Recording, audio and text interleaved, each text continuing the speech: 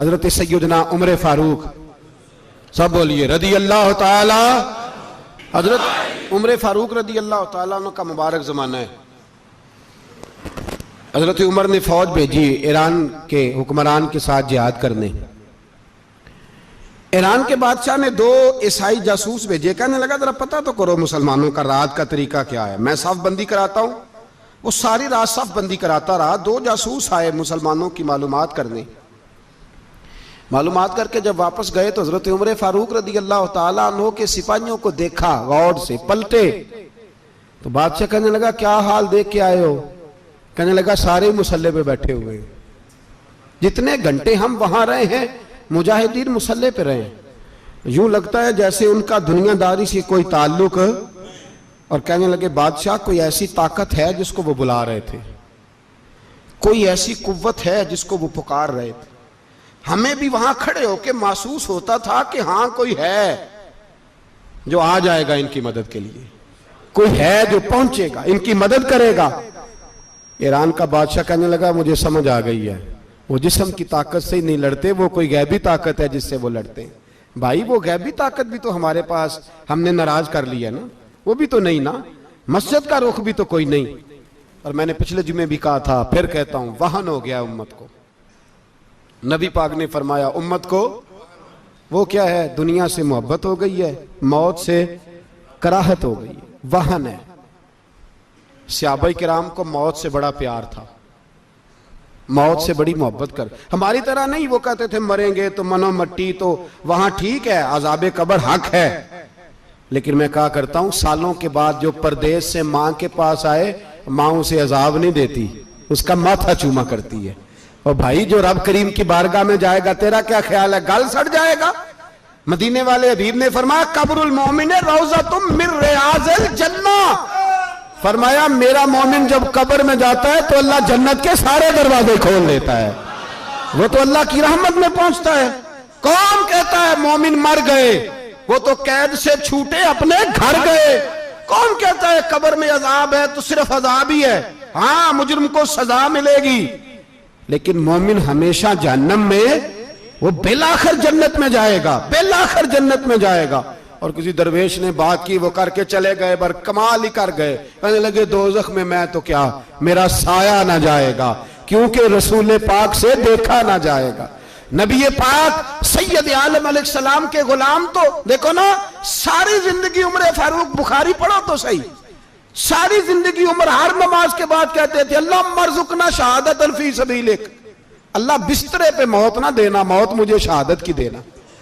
حضرت سیدنا مولا علی شیر خدا کرم اللہ تعالیٰ وجہ الکریم ساری زندگی کہتے رہے اللہ علی نے میدان میں عمر گزاری ہے، اسے شہادت کی موت عطا فرما۔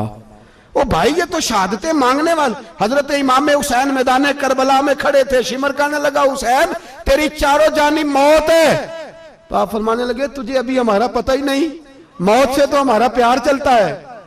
اور فرمایا یہ شہادت تو ہمارا پیچھا کرتی ہے، پہنچ جاتی ہے جہاں ہم ہوتے ہیں، موت سے ڈرا رہا ہے۔ مسلمان کا مرنے کو دل نہیں کرتا، ورنہ وہ اتنی بڑی کوٹھی میں کون رہے گا؟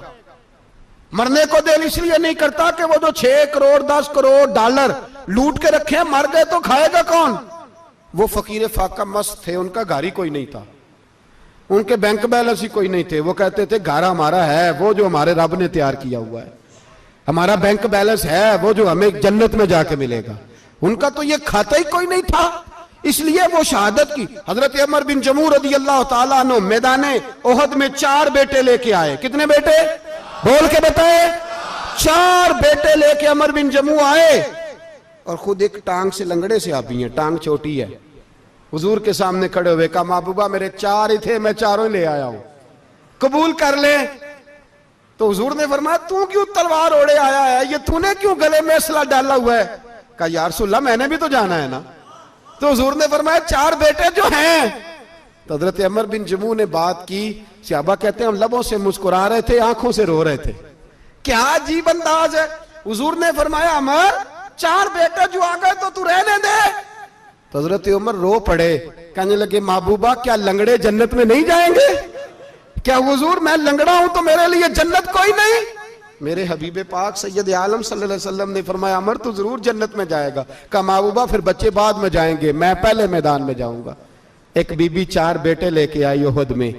کہا محبوبہ کل کمائی تھی میں لے آئی ہوں, میرے پاس کوئی اور شے ہوتی تو میں بچا کے نہ رکھتی.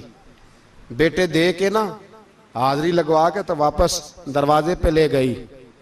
تو حضرت سیدنا عبداللہ ابن عمر فرماتے ہیں بی بی بول رہی تھی تو میرا جذبہ جہاد بڑھ رہا تھا.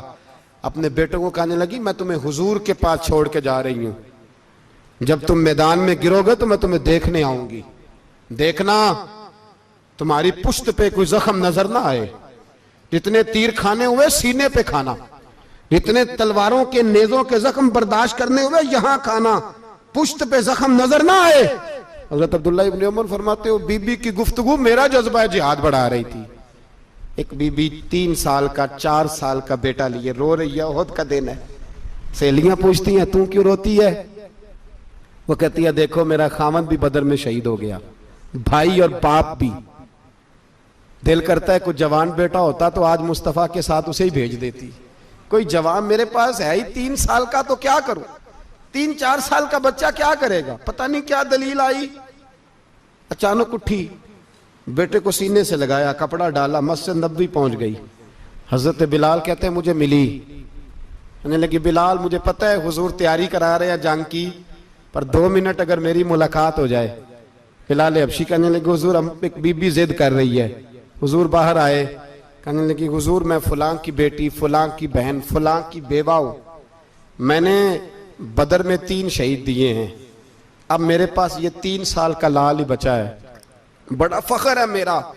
لوگ مجھے شہید کی بیوہ, شہید کی بیٹی, شہید کی بہن کرتے, دل کرتا ہے شہید کی اماں بھی کہیں جاؤں تو میرا بیٹا لے لیں. سیدنا بلال کہتے ہیں حضور مسکرائے, کہنے لگے یہ 3 سال کا نونہال کیا کرے گا؟ کہتے ہیں اماں کا عجیب جذبہ ہے. کہنے لگی محبوبہ سنا ہے اسلحہ بھی تھوڑا ہی ہے, ڈھالیں زیادہ کوئی نہیں, میرا بیٹا ساتھ رکھ لیں, جب آپ کی طرف کوئی تیر آیا نا تو میرا بیٹا ڈھال کے اس کو ڈھال بنا کے آگے کر دینا. محبوبہ ڈھال تو بانی سکتا ہے نا. حضرت بلال فرماتے ہیں مصطفیٰ کریم نے فرمایا جا میں نے قبول کیا, قیامت کے دن بیٹا گھر لے جا, جب تیرا نام پکارا جائے گا تو شہید کی اماں کہہ کے پکارا جائے گا, جا تو گھر لے جا. کہتے ہیں چلتے چلتے ایک غریبنی اور آ گئی, اتنی سی اٹی بان کی, اتنی سی. بلال حضور سے ملاقات ہو جائے گی. نبی پاک آ گئے تو کہا محبوبہ یہ غلبہ اسلام میں میرا بھی حصہ ڈال لیں. حضور نے فرمایا یہ کیا ہے؟ کہنے لگے حضور خاوند فوت ہو گیا, اولاد اللہ نے بے نیازی سے دی نہیں, سویرے چرخہ کاٹ کے رزق حلال کھاتی ہوں, میرے پاس نا یہ اتنا سا بان ہے, ایک گھوڑے کی لگام بن جائے گی. محبوبہ حصہ تو ڈال جائے گا نا دین کے لیے, میری قبولیت ہو جائے گی. میرے حبیب نے ہاتھ اٹھائے اور دعا مانگی, کہے اللہ جتنا تو میدان کے مجاہدوں کو اجر عطا فرمائے اتنا اس غریبنی کو بھی عطا فرمانا, اتنا اسے بھی دینا. بھائی یہ جذبے تھے, یہ رنگ تھا امت مسلمہ کا, اس لیے کافر گھر میں بیٹھ کے کامپا کرتا تھا. اب اسے پتا ہے یہ اسی والی کار سے نہیں نکل سکتے, اسے پتا ہے کہ ہم نے انہیں بوتل پہ لگا دیا ہے, اب یہ پیپسی مرینڈا اور یہ پی کے کھانے کے ساتھ تو یہ مست رہتے ہیں, اب یہ نہیں نکل سکتے گھر سے, ہم نے انہیں ان چیزوں پہ لگایا ہے جو ان کے وجود کو کھوکھلا کر رہی, اب کیسے میدان میں نکلیں گے؟ وہ اس لیے نہیں ڈرتا کہ وہ تیری آسائشوں, تیری زندگی میں آنے والی سہولتوں سے آشنا ہے. موت بستر پہ بھی آ جاتی ہے, لیکن جس کو میدان میں آتی ہے وہ ساری زندگی زندہ رہتا ہے, وہ ساری زندگی زندہ رہتا ہے. بھائی مرنا تو ہے, لیکن اگر زندگی دین کے کام آئے گی تو امر ہو جاؤ گے. عشق سرکار سے دل جس نے سنوارا ہوگا, اس کی قسمت کا بلندی پہ ستارہ ہوگا, اس کی قسمت کا بلندی پہ ستارہ